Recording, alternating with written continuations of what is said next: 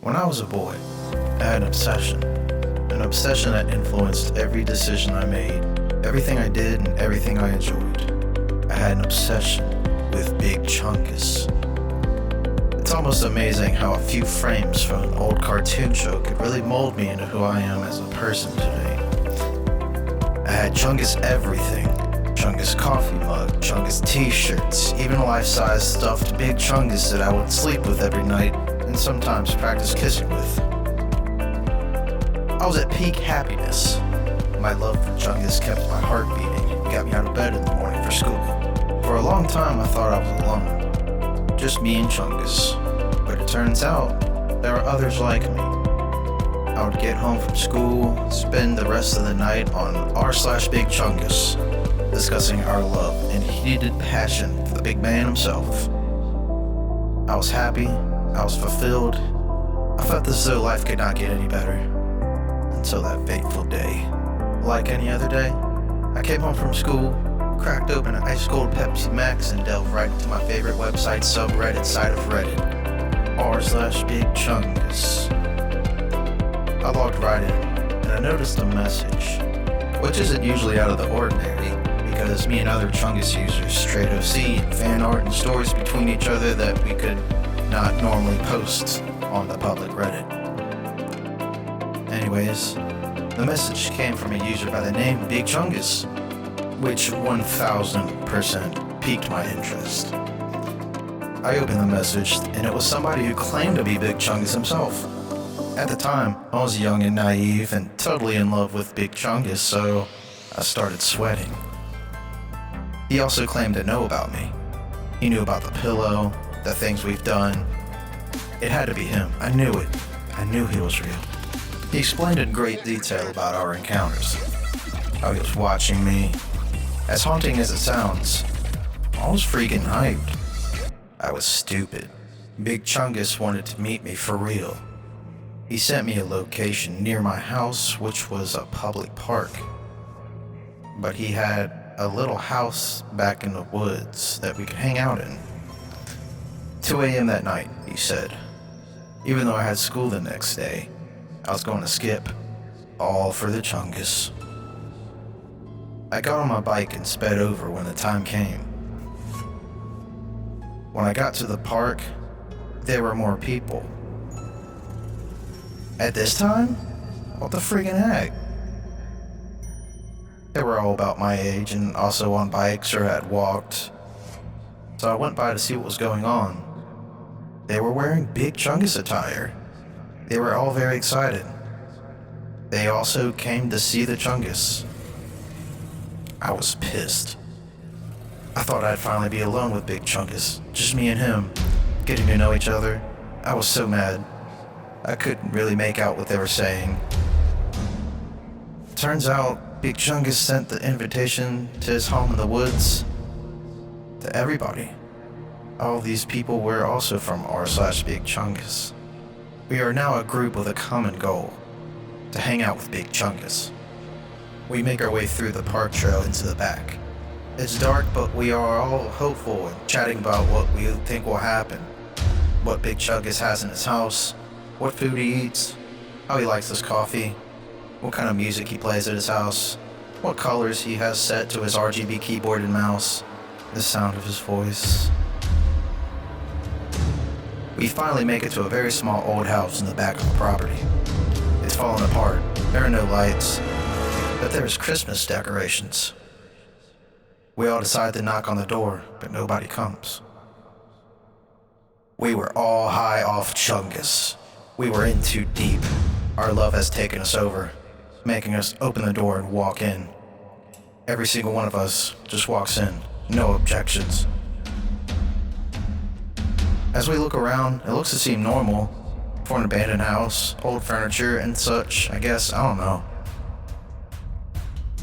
As we're investigating the Chungus house, we hear someone coming down the stairs.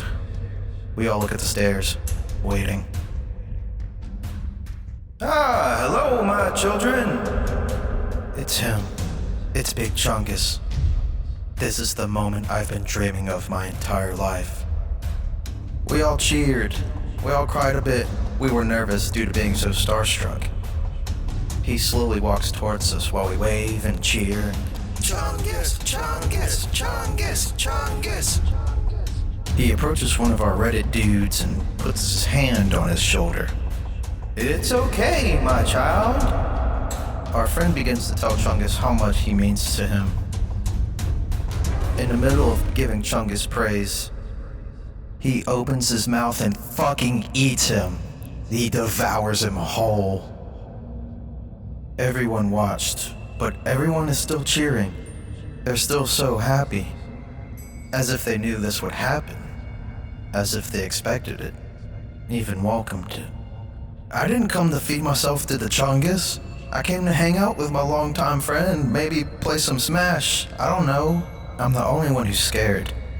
The only one whose dreams been crushed. Something's not right. A part of me feels like this was some sort of prank or meme that I wasn't in on.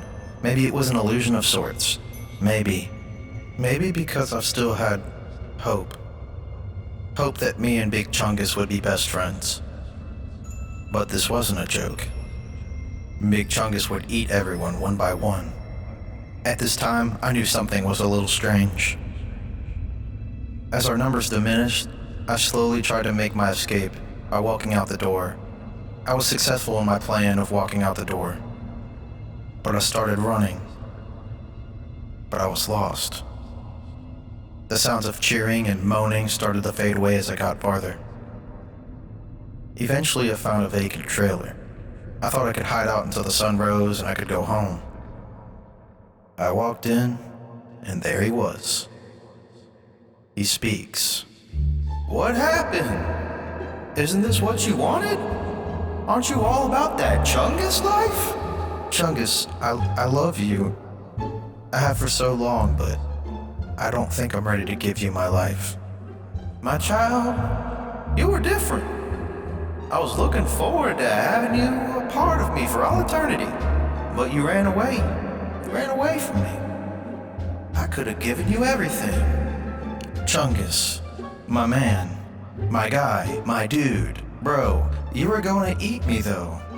Well, that's what it seems like from the perspective of a normie. But I'm granting my followers the key to heaven. A Chungus heaven. A place where Chungus and Chungies prosper.